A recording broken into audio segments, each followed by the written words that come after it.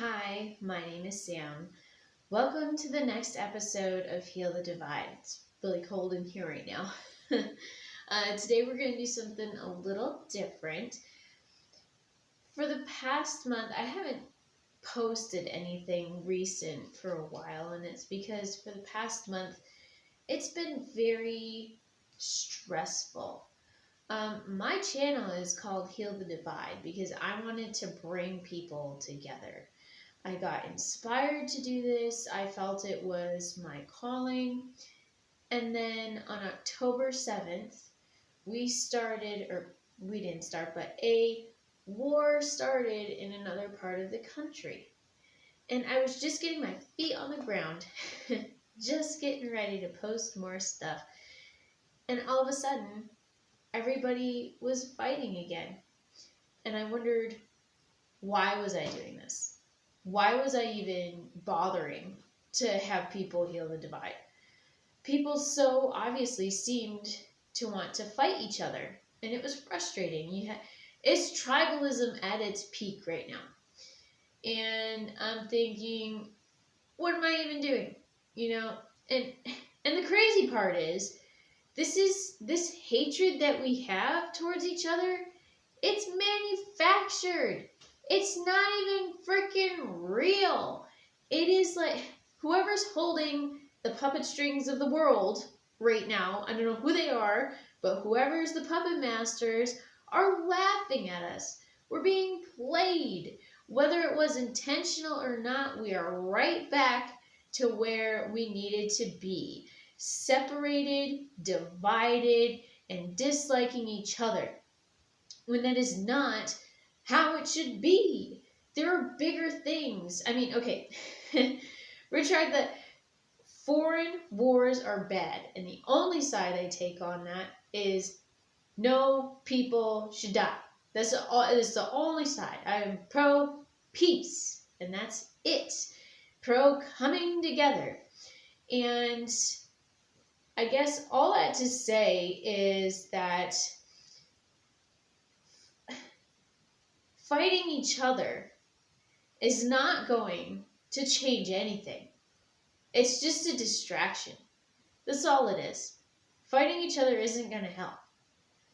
And I started to think, how do I beat this? I can't let this win. I can't let hatred win.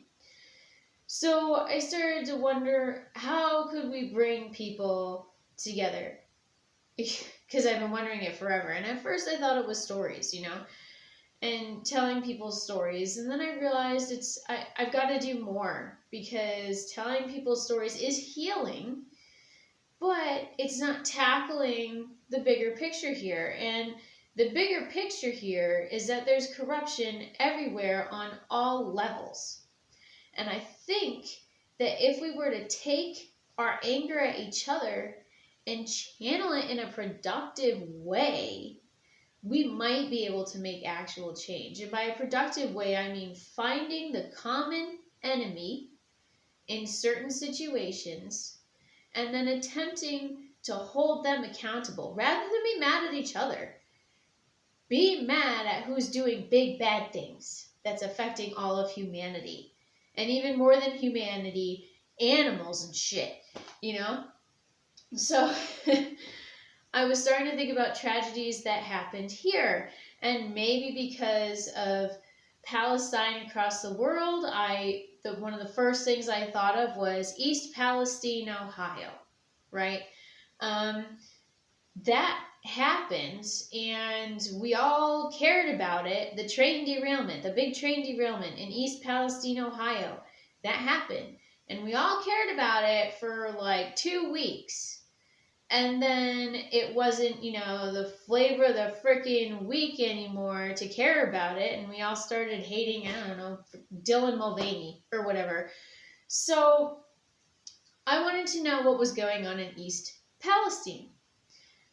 So I talked to a couple people there to find out for myself, because as we all know, we can't trust the media. We can't trust what we hear online. We can barely trust anybody. And I thought, well, my best chance is trusting the people who are actually there. So I managed to get in touch with a couple people, and they've been telling me what's going on, and I've been keeping up with it. And I thought that this video, now that I know a lot about this and I can speak to it, this video would be a great way to have everyone get together and advocate for the people of East Palestine, Ohio, who had a train derailment with chemicals spilling all over their town. Well, in a certain radius, but still, it is toxic air, toxic soil, toxic water. But we need to help those people that are suffering from this. We need to. And let me tell you something. After talking to them, those people are kind, they are smart, and they are not sitting down on their butt doing nothing about this. They are fighting every single day for their health and for their livelihood. And we should be doing the same for them. We should not be fighting each other over people across the world. Yes, all those lives matter. But we can do something about this here. We can actually make a difference. So today, we're going to talk about East Palestine, Ohio, what's going on there, and who can we hold accountable. And we're going to be dropping some names and some phone numbers to the best of our ability. And I encourage you all to contact these people that I name. Because even if you're like, oh, it just doesn't matter. This is, no matter what we do, it's not going to work. Even if you think that, you could at least show them that you're not stupid, that you're not a sheep, that you're not just going to comply with whatever they're doing. At least show them you have some brains. All right? So let's start off with talking about what happened to East Palestine, Ohio in the first place. And I asked, it is East Palestine, Ohio. Okay, so as a refresher, on February 3rd, 2023, at 8:55 p.m., a Norfolk Southern train derailed next to the town, right in the town of East Palestine, Ohio. That train was carrying many, many things. But the cars that derailed into East Palestine, Ohio, were carrying hazardous, toxic chemicals. For example, and we only have some of the manifest, by the way, so what we know of was benzene, ethyl hexyl acrylate, butyl acrylate, isobutylene, and finally the one that everyone was talking about, vinyl chloride. All right?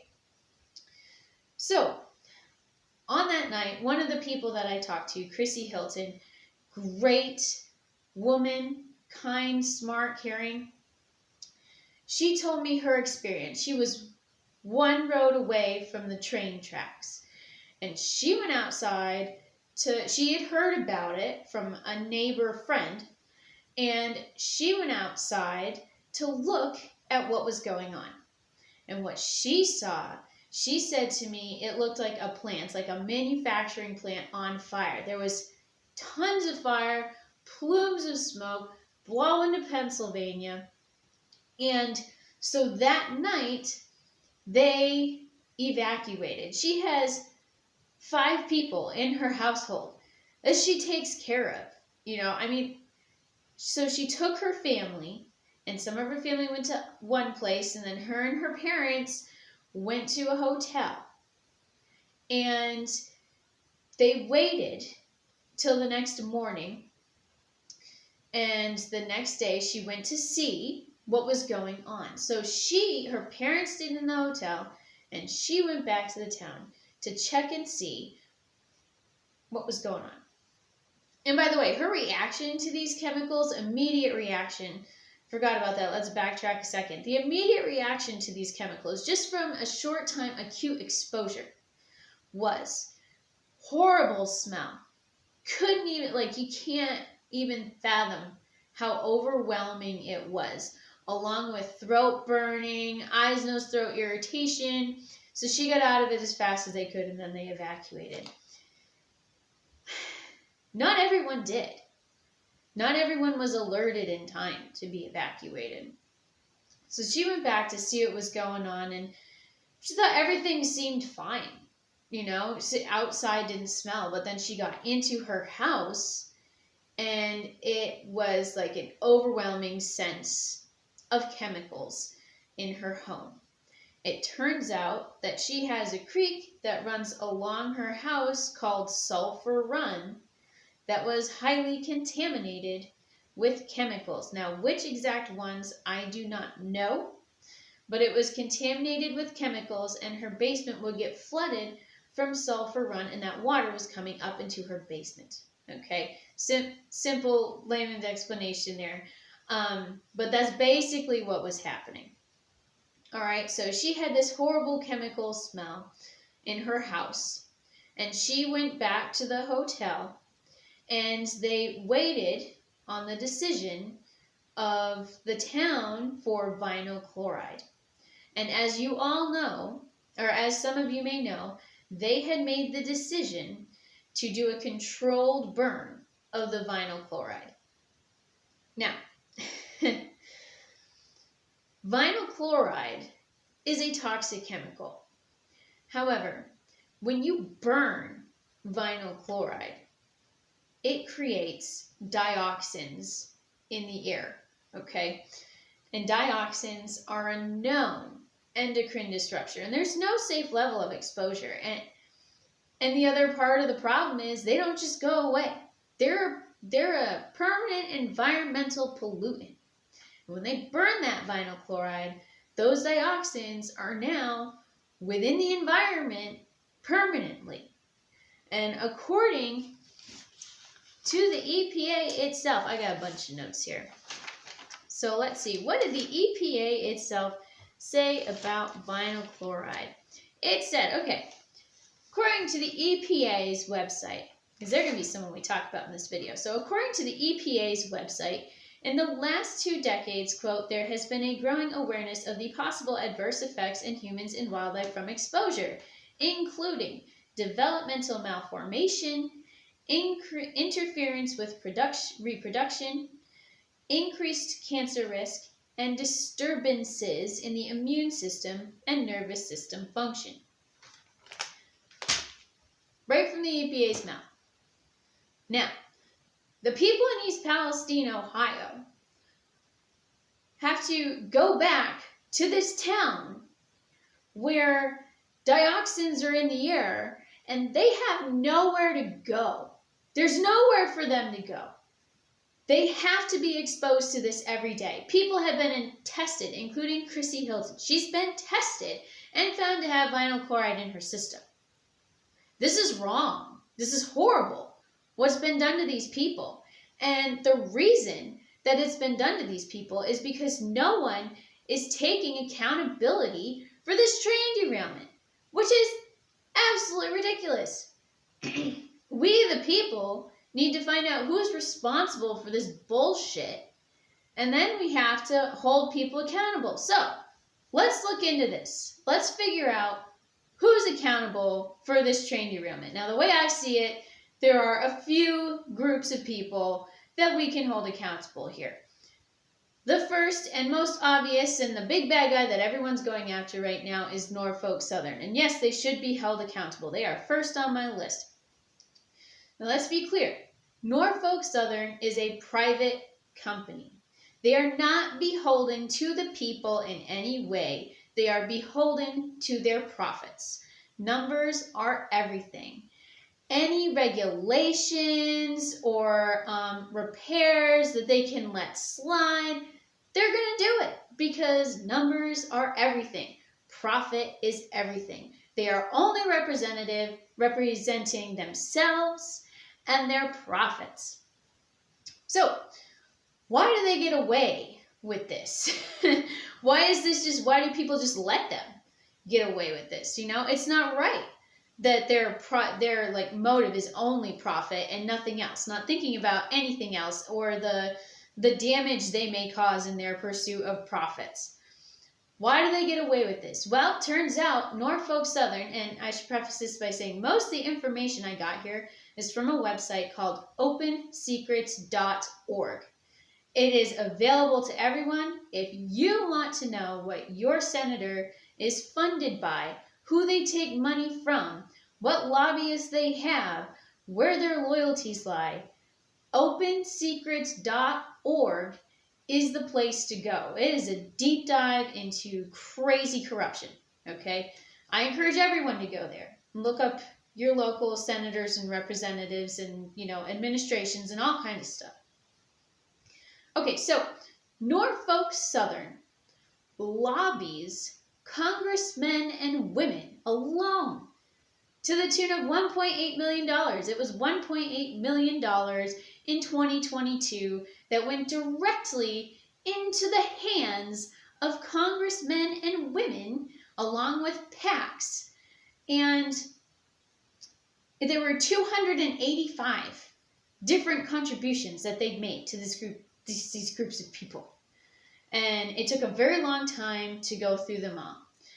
The funds are distributed just about equally between Republicans and Democrats. So this is basically an agreed upon thing, with Democrats getting a little bit more in lobbying money than Republicans.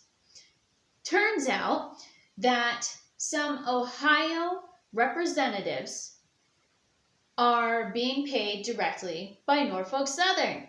Now, let's name them. And in the video description below, I will give you their contact information. We're going to tell you who they were and how much they were given.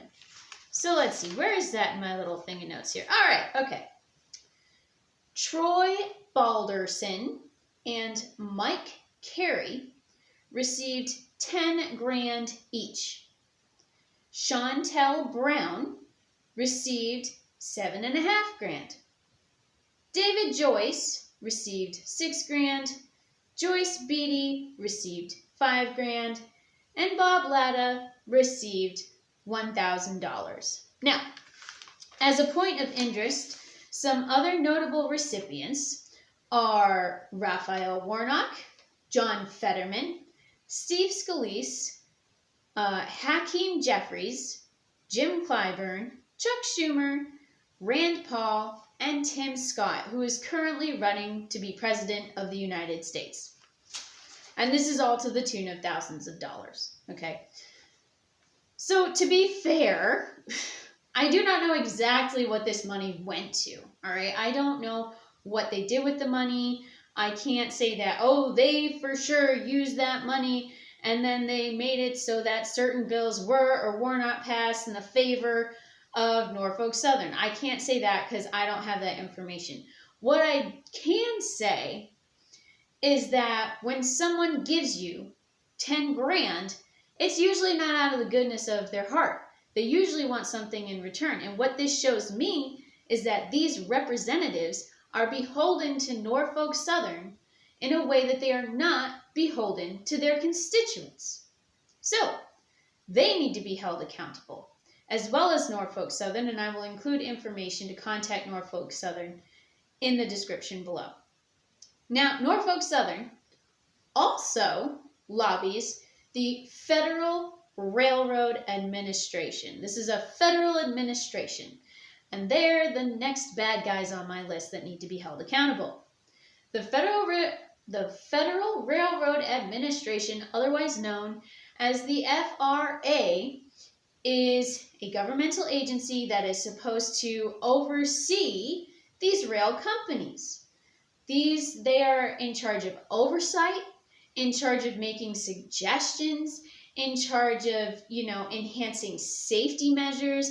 They're representing the people to keep them safe from things like train derailments, or at least that's what they're supposed to be doing. However, considering that the Federal Railroad Administration is receiving money from the railroad companies to the tune of hundreds of thousands of dollars a year, it seems that the FRA leaves a lot to be desired in this case, okay? There are 1,689 train derailments each year on average in the United States. That's a lot of train derailments, and a lot of them are chemical derailments. Not all of them are, but enough of them are to cause major environmental issues. And that's BS. And I mean, I'm talking every railroad company that exists in the United States lobbies the Federal Railroad Administration to ensure lax rules and lax oversight. They make suggestions all day long and recommendations, right? But are those ever enforced? Doesn't seem so. Seems like the railroad companies are left to do whatever they want because they give the Federal Railroad Administration money. I should just be calling them FRA. It's so much easier.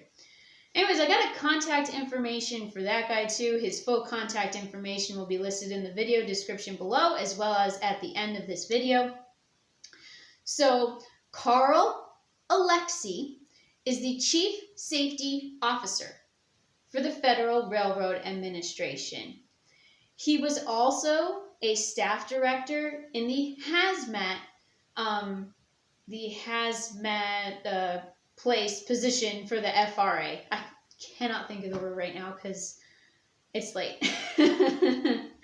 But he was the safety director in the hazmat division. That's the word I'm looking for. And so we need to call him. If he's the chief safety officer of the FRA, then he's the one that's in charge of this stuff. Carl Alexi. I will give him your number I will give you his number at the end of this video. Or if you prefer a strongly worded letter, I also have his email address. All right, so, and side note, chemical companies also lobby the Federal Railroad Administration, but not nearly as much as they lobby the EPA. The EPA and the chemical companies are the biggest bad guys on this list. They have put all of the responsibility for this spill on Norfolk Southern. They've cleared their names. They've gotten away with it. And, I'm not saying that Norfolk Southern should not be held accountable. They should be held accountable because of shitty business practices. But the EPA has managed to take this situation and not take any responsibility for it when it is completely within their means to stop it.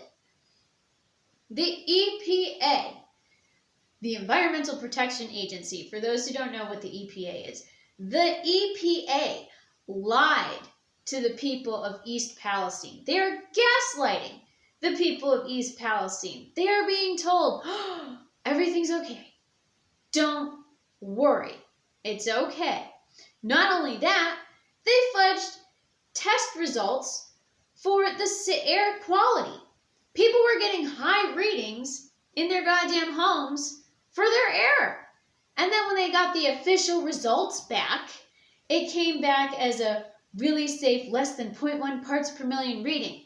Reason being, because it didn't stay at those unsafe levels long enough for it to be considered actually unsafe. So they gave them the safest number they possibly could instead and said, don't worry, it's all okay because it only read a high number for frickin' 2 seconds, so don't worry about it. Meanwhile, people in the town are getting from acute exposure, eyes, nose, throat irritation. The major consensus is like that, major skin rash, headaches, and then some more serious problems are gastrointestinal issues, lung problems, and there was even one case I was told of temporary paralysis on one side of the body, and they can't figure out why. Well, geez, I wonder. So the EPA is telling these people, it's okay, it's safe, don't worry.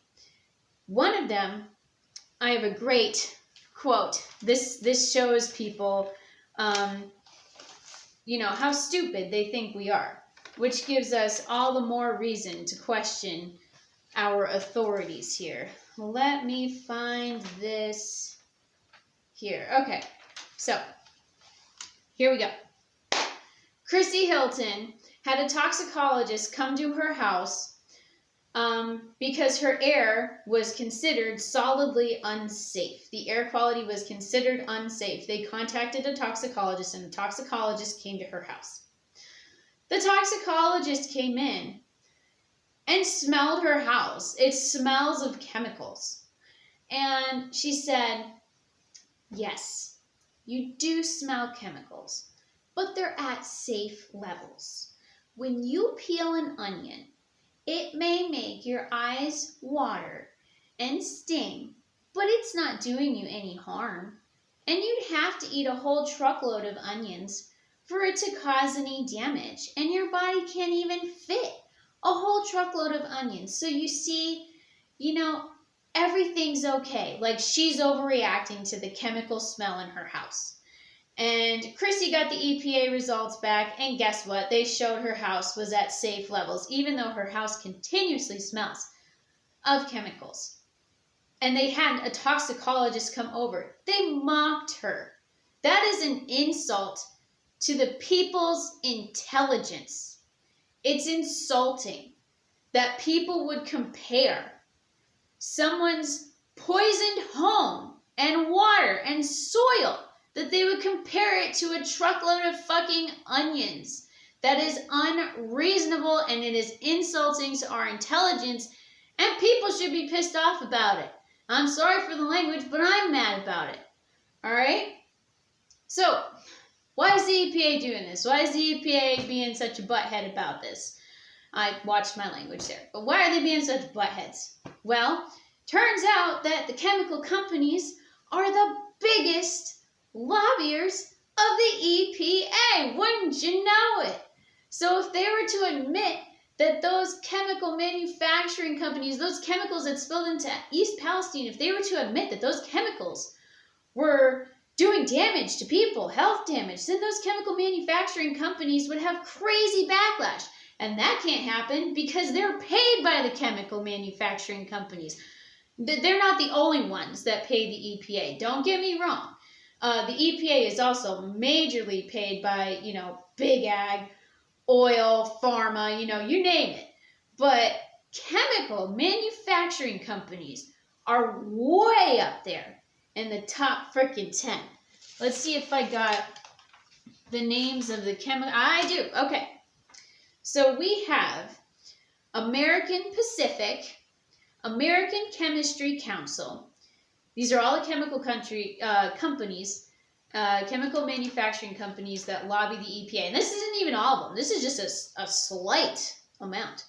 All right, so let me start again. American Pacific, American Chemistry Council, Chemours Corporation, Stellantis Corporation, Ecolab, Garda Chemicals, DuPont, and Dow. All those are chemical manufacturing companies that pay the EPA in millions, not thousands, not hundreds of thousands, but in millions to ensure that their ass is covered when something like this happens. So they're working in tandem with each other. And, it's corruption at its finest. This is insane. Now, it's hard to put the blame on the entire EPA administration. I have to single out somebody. In this case, I've singled out two people. I have singled out, for contact for complaints, I have singled out Michael S. Regan. Michael S. Regan is the head of the EPA, and he has been there numerous times and has dismissed the residents' claims for the most part. Really isn't doing much. He's not doing his job. As head of the EPA, he should be taking a more vested, more serious interest in this. And I'm going to read his number now because I'm mad about it.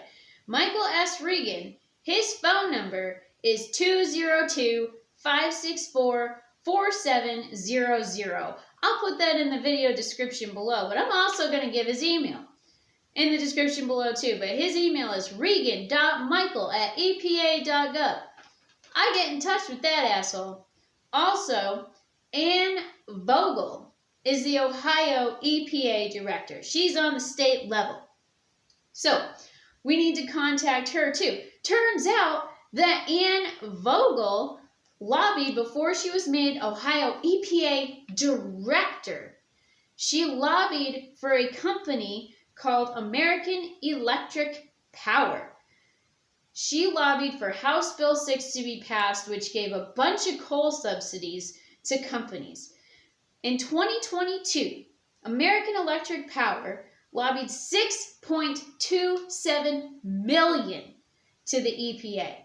Now, to be fair to Ann Vogel, she was Ohio EPA director before this happened. However, you have to imagine that Ann Vogel is not someone who has the environment's and people's best interests in mind as the EPA director of Ohio. We need to call her and tell her that we know what she's up to. We know who she's funded by. By the way, it's hard to find stuff on Michael Regan. If any of you find stuff on him, please let me know, because I'd love to know. He's one of the people that it's really hard to find info on Michael Regan. But I know he didn't get to be the top EPA director by having a squeaky clean record. That's obviously not how this shit works. So, in conclusion, the people that you should contact are, one, hold on. All right.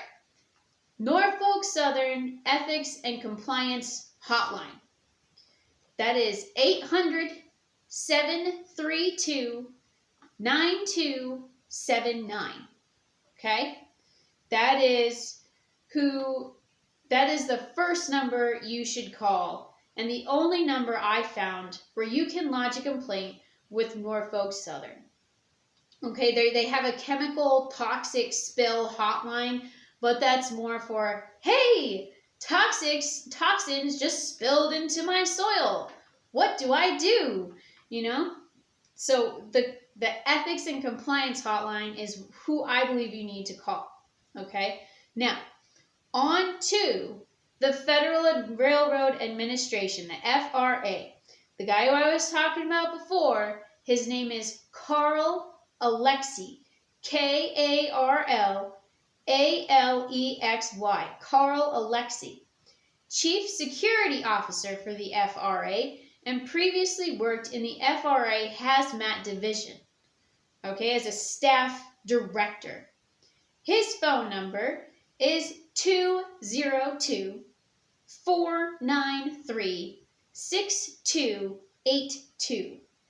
And his email is carl.alexy@dot.gov. The head of the EPA, his name is Michael S. Regan. His phone number is 202-564-4700, and his email is regan.michael@epa.gov. Ann Vogel is the Ohio EPA director. Her phone number is 614-644-2782. You can also go and look her up, and her website gives you the option of contacting her directly, or contacting at least her office. And her mailing address for her office is Ohio EPA-Director's Office, P.O. Box 1049, Columbus, Ohio 43216. There's your weapon, folks. You want to make a change, you want to make a difference, stand up for your neighbors. These people are fighting for their lives, their health, their livelihood. You want to make a change, don't protest in the street about something that's happening halfway across the goddamn world, okay? You want to make a change, call these people. And like I said, if you don't, even if you think that it's pointless, fine, think it's pointless. At least show them that you're not an idiot. Because they think you are, obviously. They think that they can compare these people's chemical exposure to a truckload of onions. They think you're stupid. Prove to them that you're not. This is ridiculous. I'm not mad at you guys. I'm just mad at the whole situation because it's just unfathomable to me that this is allowed to even happen. This should not be something that is normal. And I can tell you what, if we stay complacent, if we say nothing, if we don't bitch to Mars about this shit, then we nothing will change. We will just stay in the same spot. The only chance we have is to let these people know that we know what they're up to and that we don't like it. That's the only thing that we can do.